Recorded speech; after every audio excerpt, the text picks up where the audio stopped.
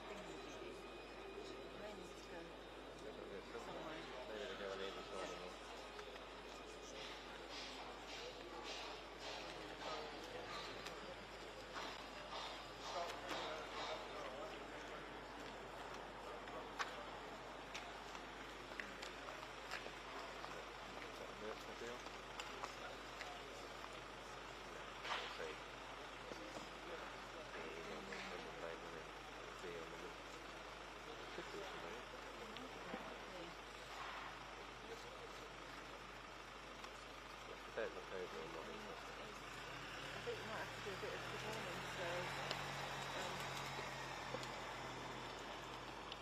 What's good morning in Bulgarian? it's back to German. Oh no, it's not even morning now. Guten Tag. Guten Tag.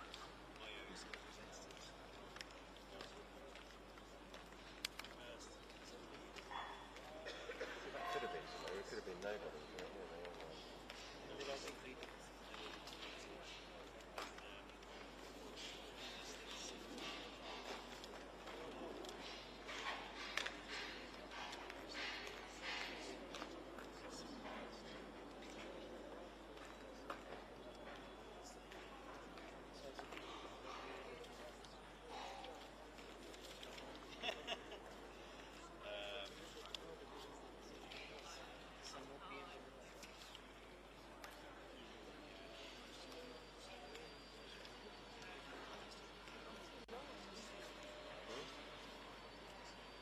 If they were important, Lauren would be out here, right?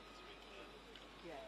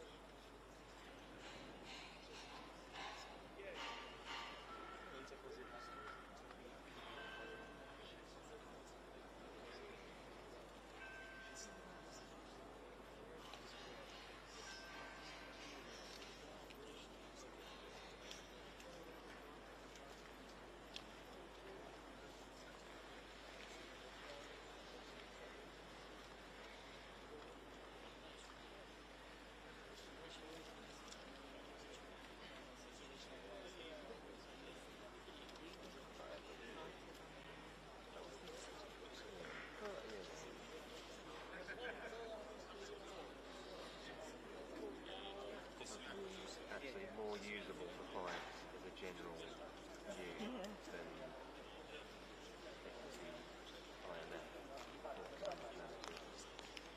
Hi, wonky or the building. I don't know if that's it, it's really right. You alright? You missed all the soldiers. Yeah, we've got excited with all these. Taking I more think I've got pictures a of them photo. marching up. I think I've got a photo of you guys getting excited. Yeah. Sorry, probably some news are. It's good though. More effort putting this one than I've seen in many. No comment on that one. I don't normally get this even when there was that EU one. it was the EU, there was one with Macron and Zelensky and February. Not a bare skin in sight for that. What Friday is as There's well? another one. Yeah.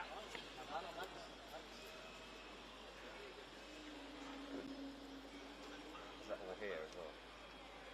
I don't think so. I'm not back. Because a lot of it is virtual. Yeah. You see why you got the chairs down. So nice.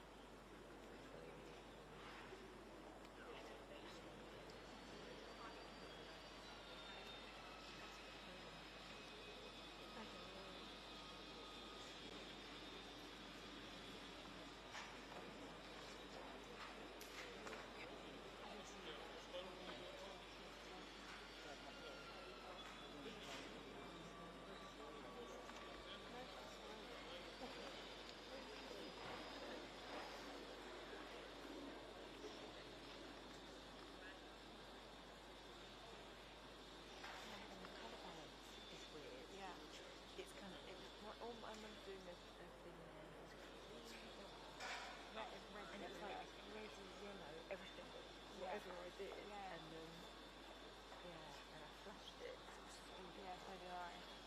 It wasn't nice. It was a real bonfire as well because there were like so many people. It was like a reception. There were so many people.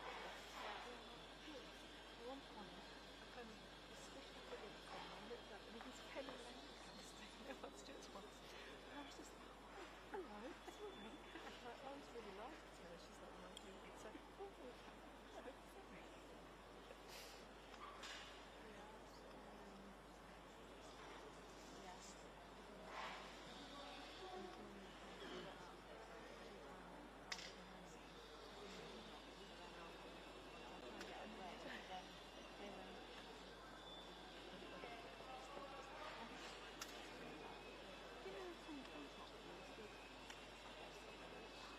There must Do be it a way. in camera. Right, So I many do it in There's camera. a thing that says ABC, press that, still goes off. Every single time it recharges, it goes off.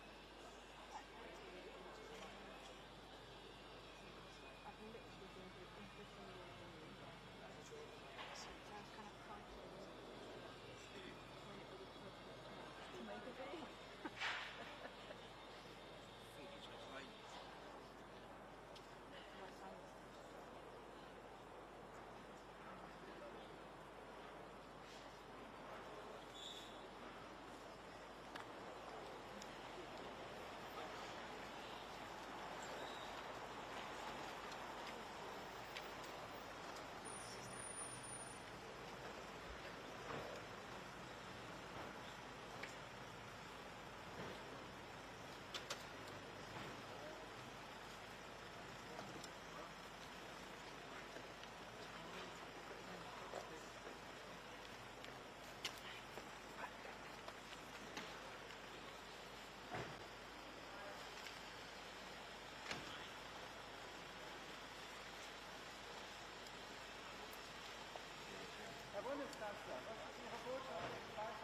Guten Tag.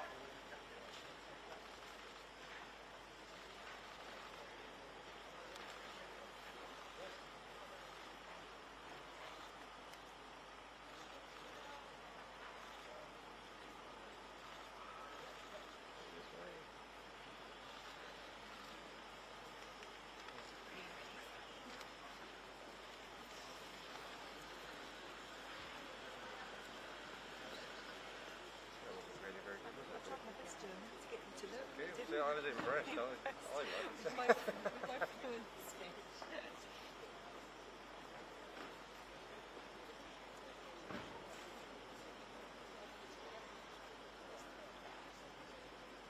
This is your message.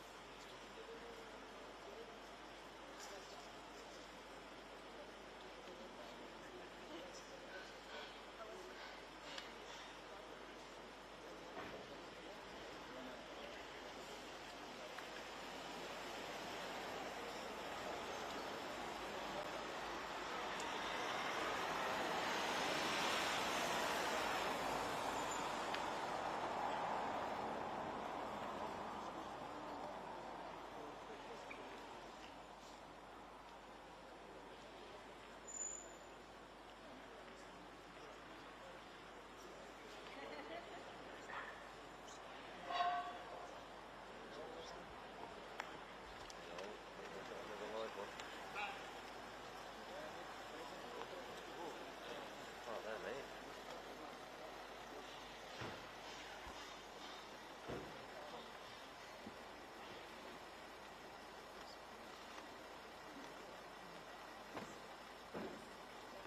Yeah, that's my sector. Oh, is that quite good? Thanks a bit. Not wanting to be left.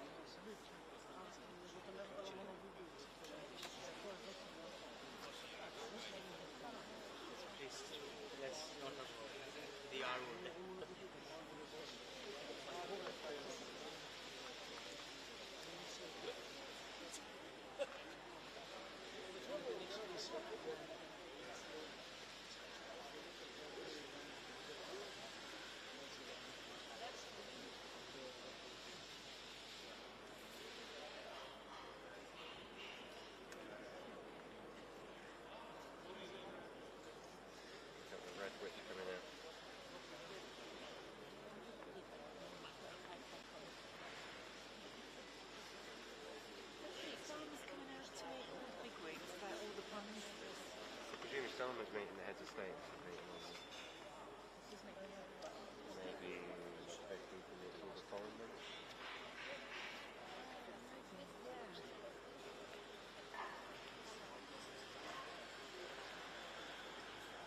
So basically, Starmer meets them when the worst in them. The to send the stuff on.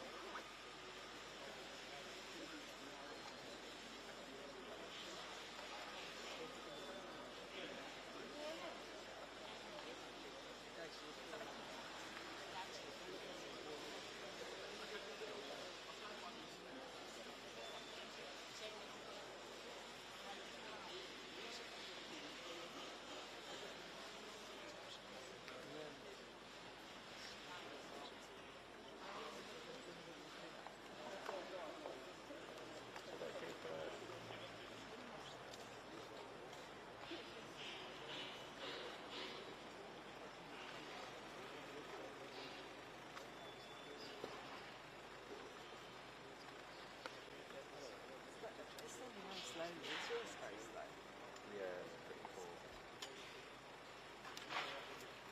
Oh, this is Poland.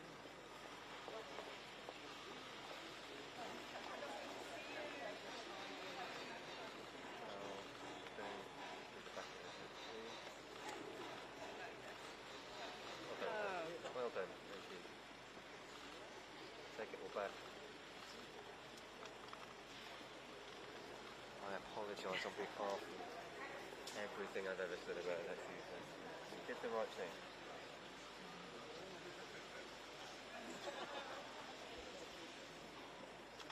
This is Yvette Cooper foreign with the Poland person. Poland lady.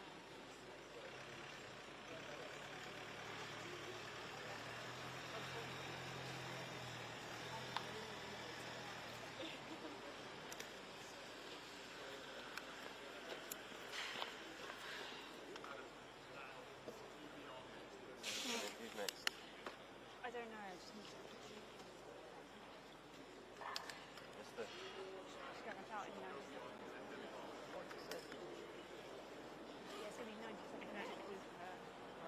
Just move one picture, can't they?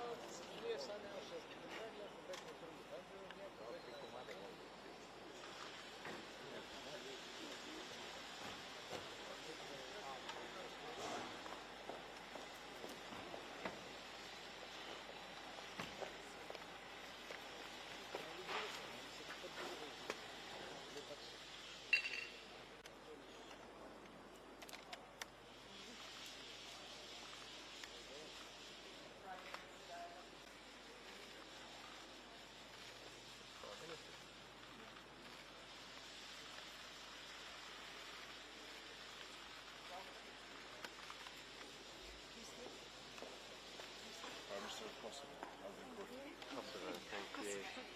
Is that Kosovo? Kosovo. Oh, banana, thank you.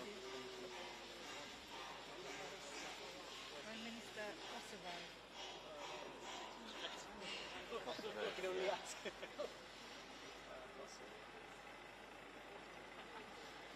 Prime Minister Kosovo.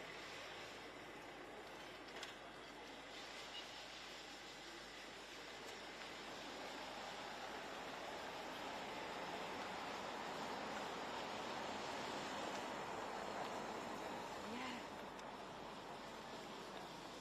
Who with the second person? second. She was the Poland representative, Poland. the lady. Kosovo, and someone just entered without on her own. Oh no, we didn't know who that was. If no one's going to meet them, who cares, right? Yeah. I think they're sorting out the electrics at the back.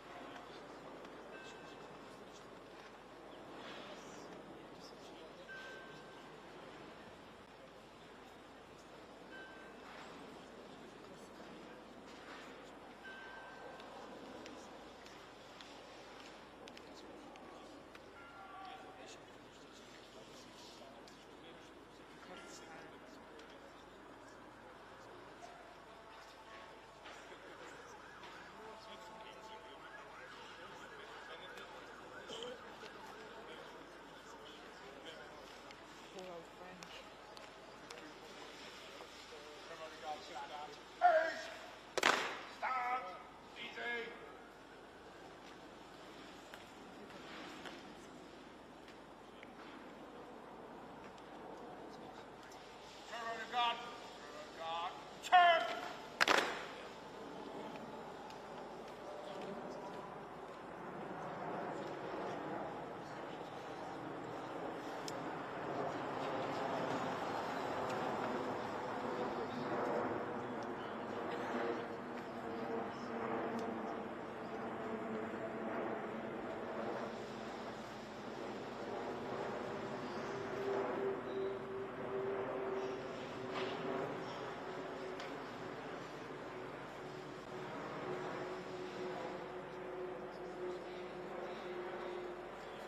Photographer, that's fine because then we can find out who they are.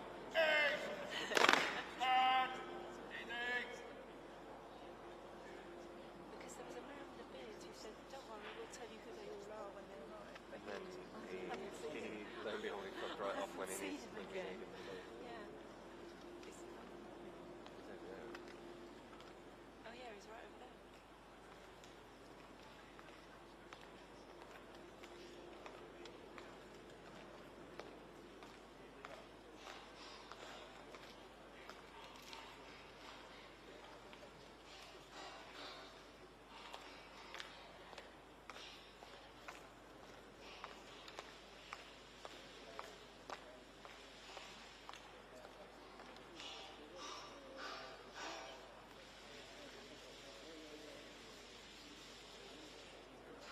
5 minutes to go. Yeah.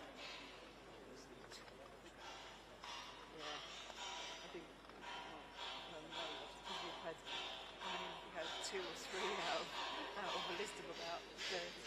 Yeah, but I bet some of these people are just coming and we're not even noticing. Well, they Because might that woman not- some looked of them like she might was not important, come. right? Yeah, because he said some might not come, didn't he?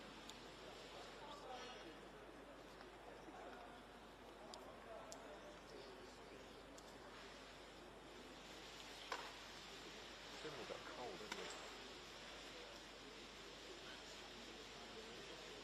Serve on your God! Serve on your God! Serve! Where's your friend's phone? It's personal.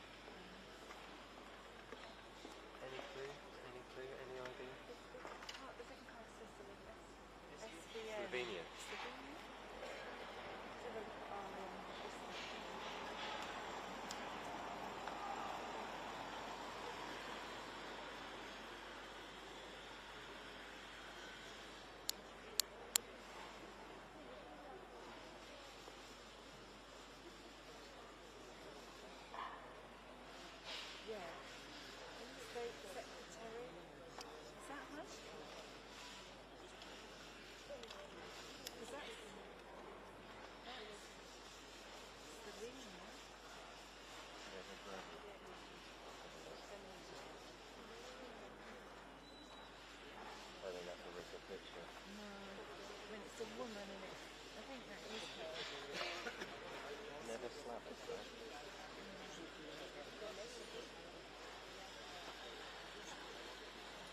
We think this is never aggressive of Slovenia, but please double check.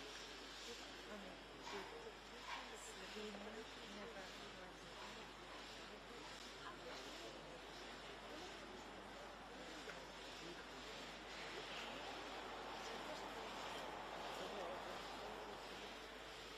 Slovenia never Baltic, please check.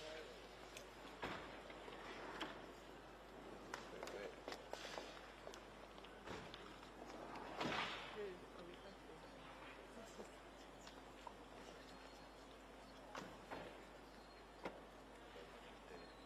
Montenegro, I think.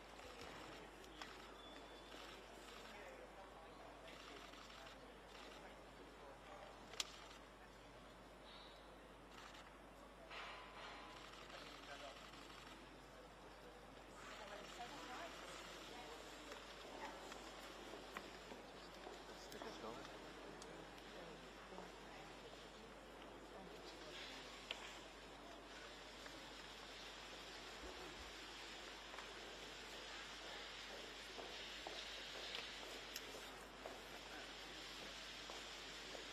Right. Do you know who that was that was just I arrived? don't know. Pretty much. You know who that was? Was. That, You know who that was?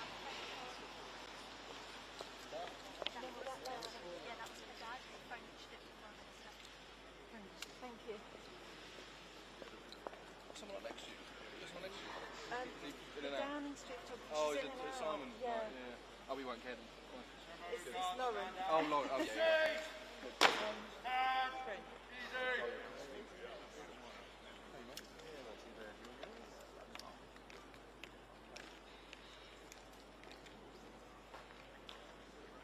This is France. Man from France.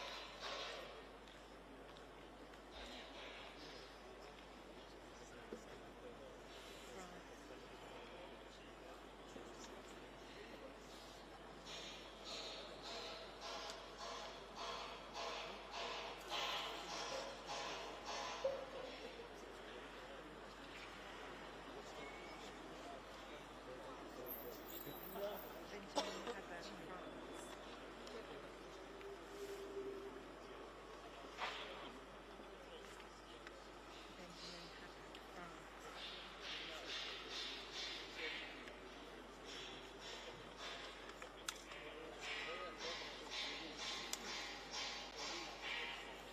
Benjamin Haber, France.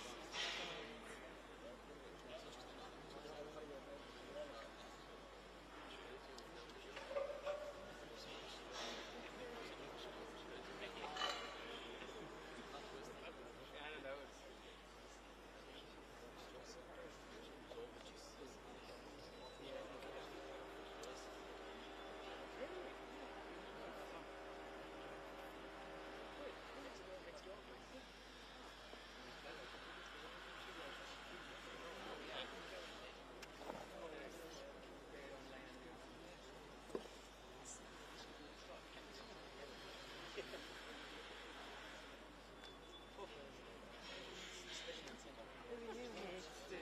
Private sector photographer. You're, Private sector photographer. oh, I was thinking you might be doing a specific. No, It's been each car that arrives, a photographer jumps out. Oh, right, and- okay, yeah. There's three of us on it, so it should be both of them, one from number 10 and then me. Okay. So I've been running around after the project all day, she's making me late for stuff. If I'm here late. She gets the car and I have to walk. Our main thing is trying to identify who these people are. It's just seeing the person getting out of the car. Yeah. Give you a lift. No, of course they didn't give me a lift. I have tried, but the backup cars only in case the first one breaks, so there's a lot of paperwork. Ceremonial guard. Ceremonial guard. Turn. Very easy for this. Over in Phone Office, which was meeting Keir Callis and the 10 seconds there. She just jumped in the car and was like 5 minutes here. And I was like, "What?"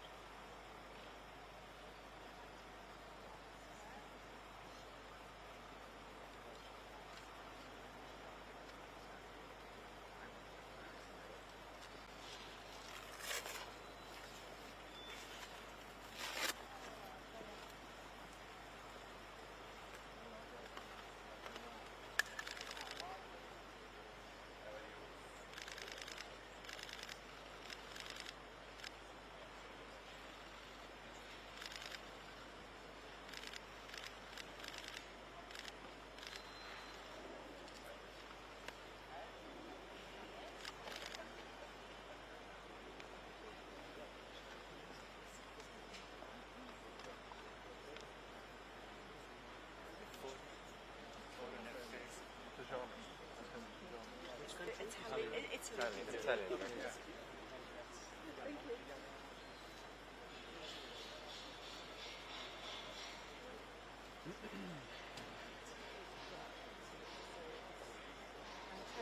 Tajani.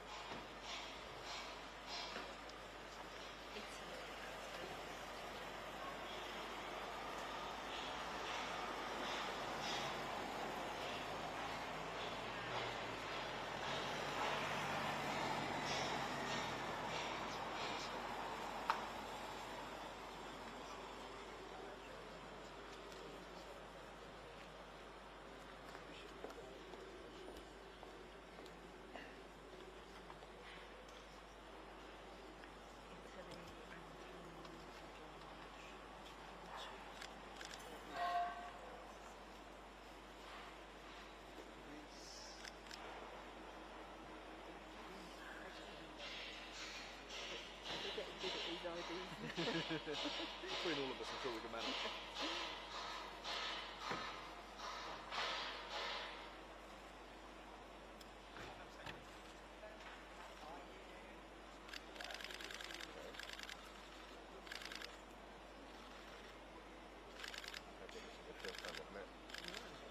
They're fond of each other. Yes, steady on, there's cameras in.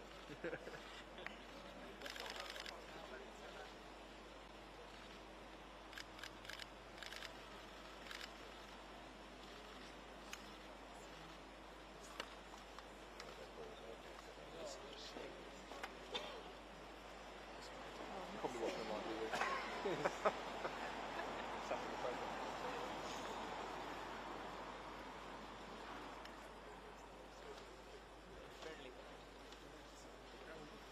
Greece.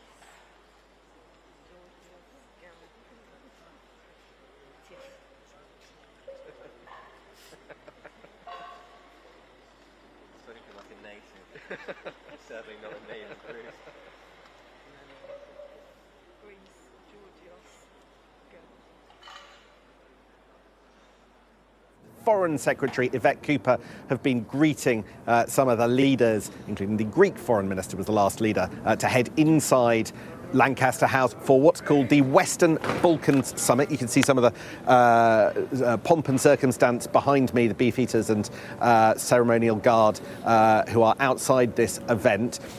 Essentially, this is a meeting between various Western Balkans nations. You've got countries like Albania, North Macedonia and the like, who are here to meet British and European officials. There are two big things on the agenda when it comes to this kind of summit. The first is Russia. There are live developments in Russia at the moment. You'll remember in the last 24 hours, Donald Trump cancelled his meeting in Hungary with President Putin. I think they'll be talking about that around the table. I know Foreign Secretary Yvette Cooper is talking about that at the moment with some of the people who are here. President Zelensky will be coming on Friday still to discuss that development with EU and UK leaders and officials. And then the second big subject, the one that you touched on in your introduction there, Jane, is migration. Now, there has just been an announcement from the British government about sanctions for people smugglers, for people who forge passports and the like. All of that a little bit overshadowed, if we're being honest, because, as you said, one of the first people to come in to the UK and then be sent back to France has made it back across. Apparently, they did not feel safe in France, which is why they took a second small boat journey over back to the UK. They're currently being detained. The Home Office have issued firm-sounding press releases to denounce this and saying that they will take swift action. We will see. There are not many people who have gone back. I think it's still under 50 under the scheme between the UK and France. So that's at its early stages. Keir Starmer needs that to work. I'm not expecting any big concrete announcements today on migration when it comes to big issues of substance with that. So let's see how much this substance actually advances this and their agenda. Sam, thank you very much. This is Sky News Today. Coming up, We're going to be looking at why British storm shadows have been used once again over Russia by Ukraine.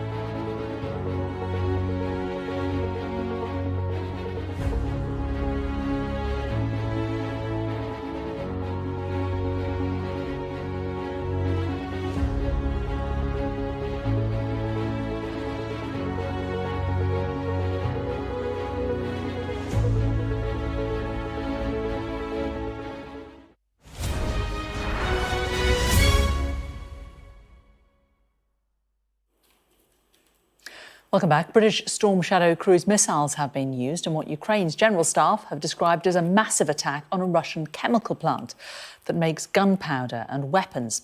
The moment comes around a year after Ukraine first used the British missiles to attack Russia in the conflict. A White House official said yesterday that, meanwhile, there are no plans for the US President Donald Trump and Russian President Vladimir Putin to meet in person anytime soon.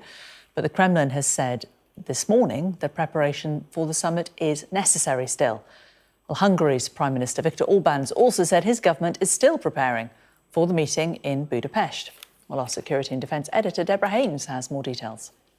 It's very unusual for the Ukrainian military to actually spell out in a social media post when Western weapons are used in their attacks. And they made the point of saying that these British-supplied Storm Shadow cruise missiles were part of what they called a massive combined missile and airstrike against a chemical plant in the Bryansk region of Western Russia that the Ukrainians say is a key place that produces gunpowder, explosives, rocket fuel components, all things that have been used in Russia's war machine, in the ammunition and missiles that are then fired by Russia into Ukraine.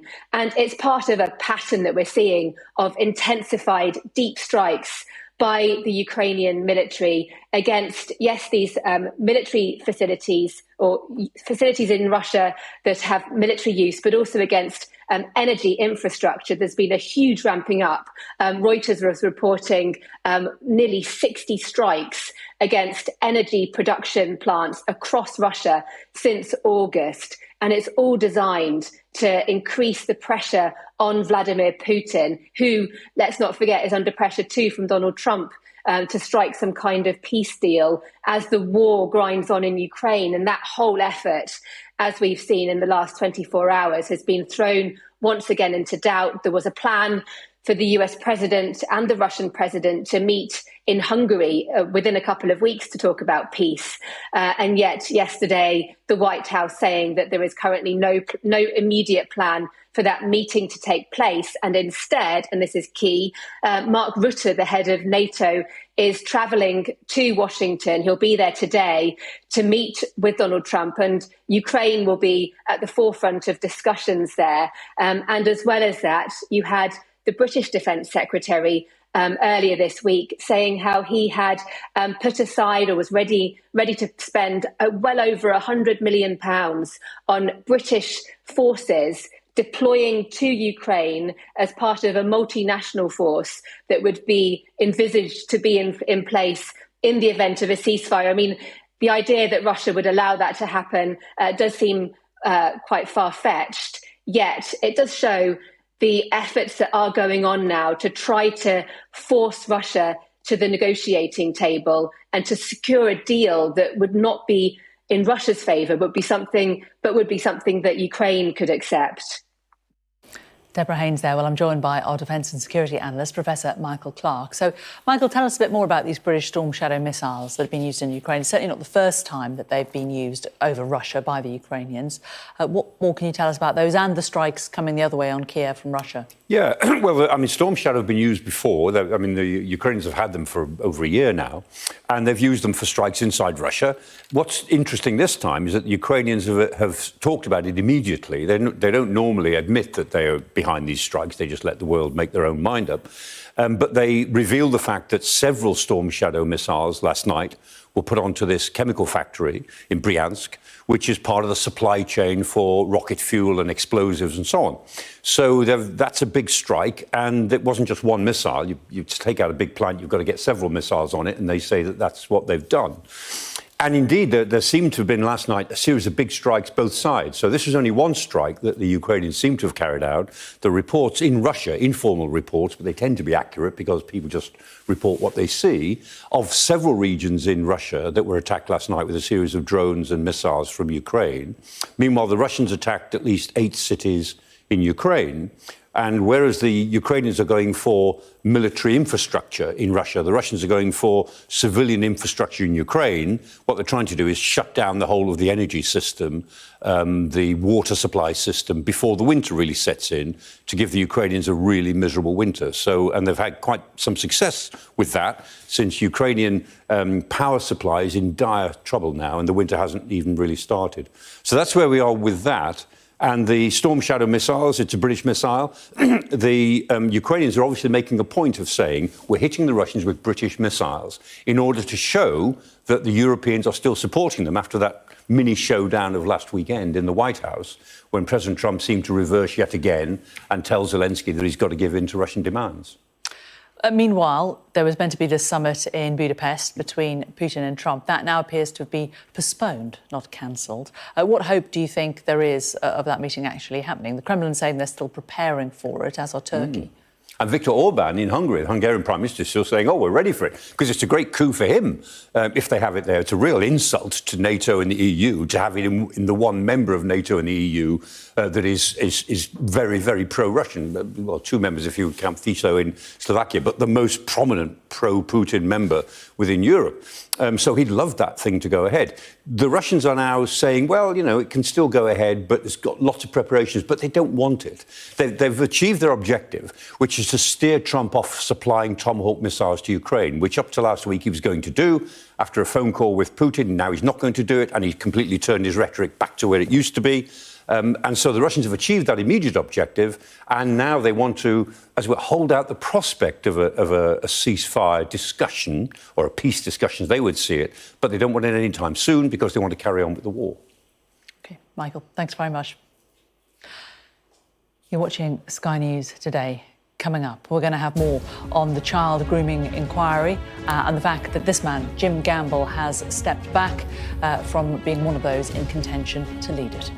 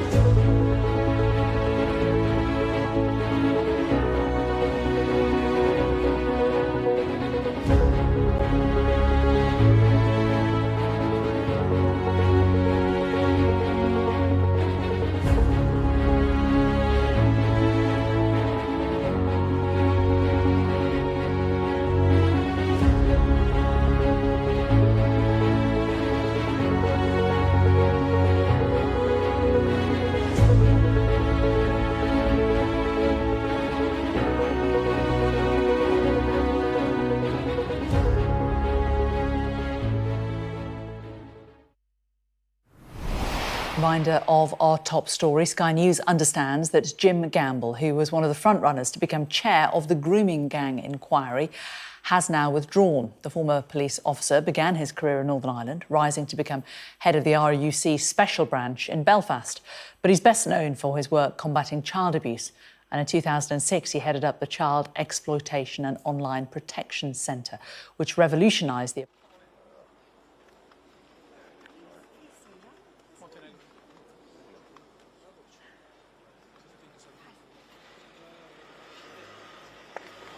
Desperate measures.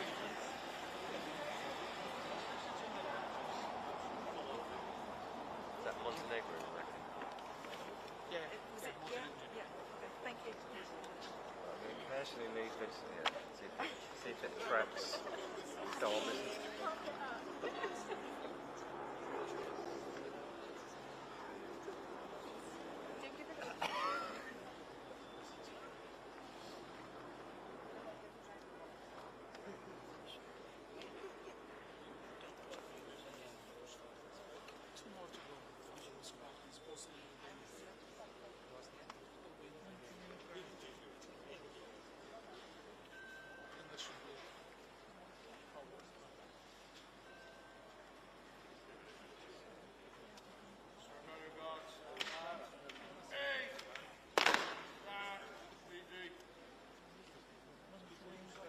Three left.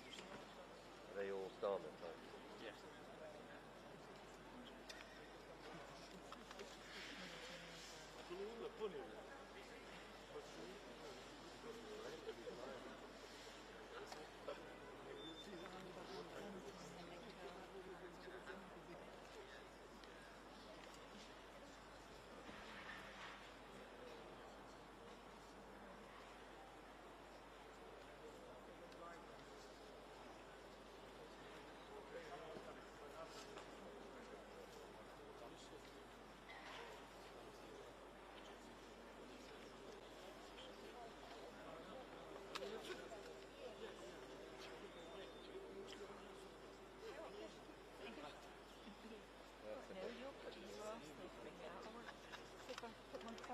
Picture of my cat on it, see if he'll look at me.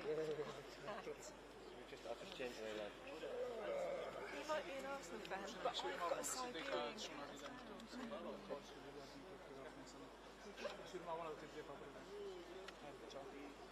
Everybody on guard.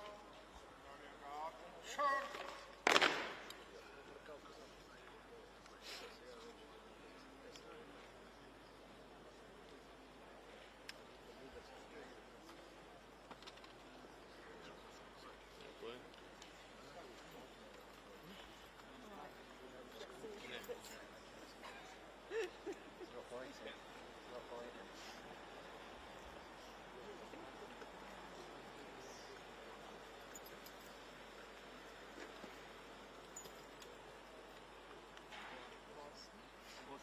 If it's a woman, it's possible. Yeah, it's possible.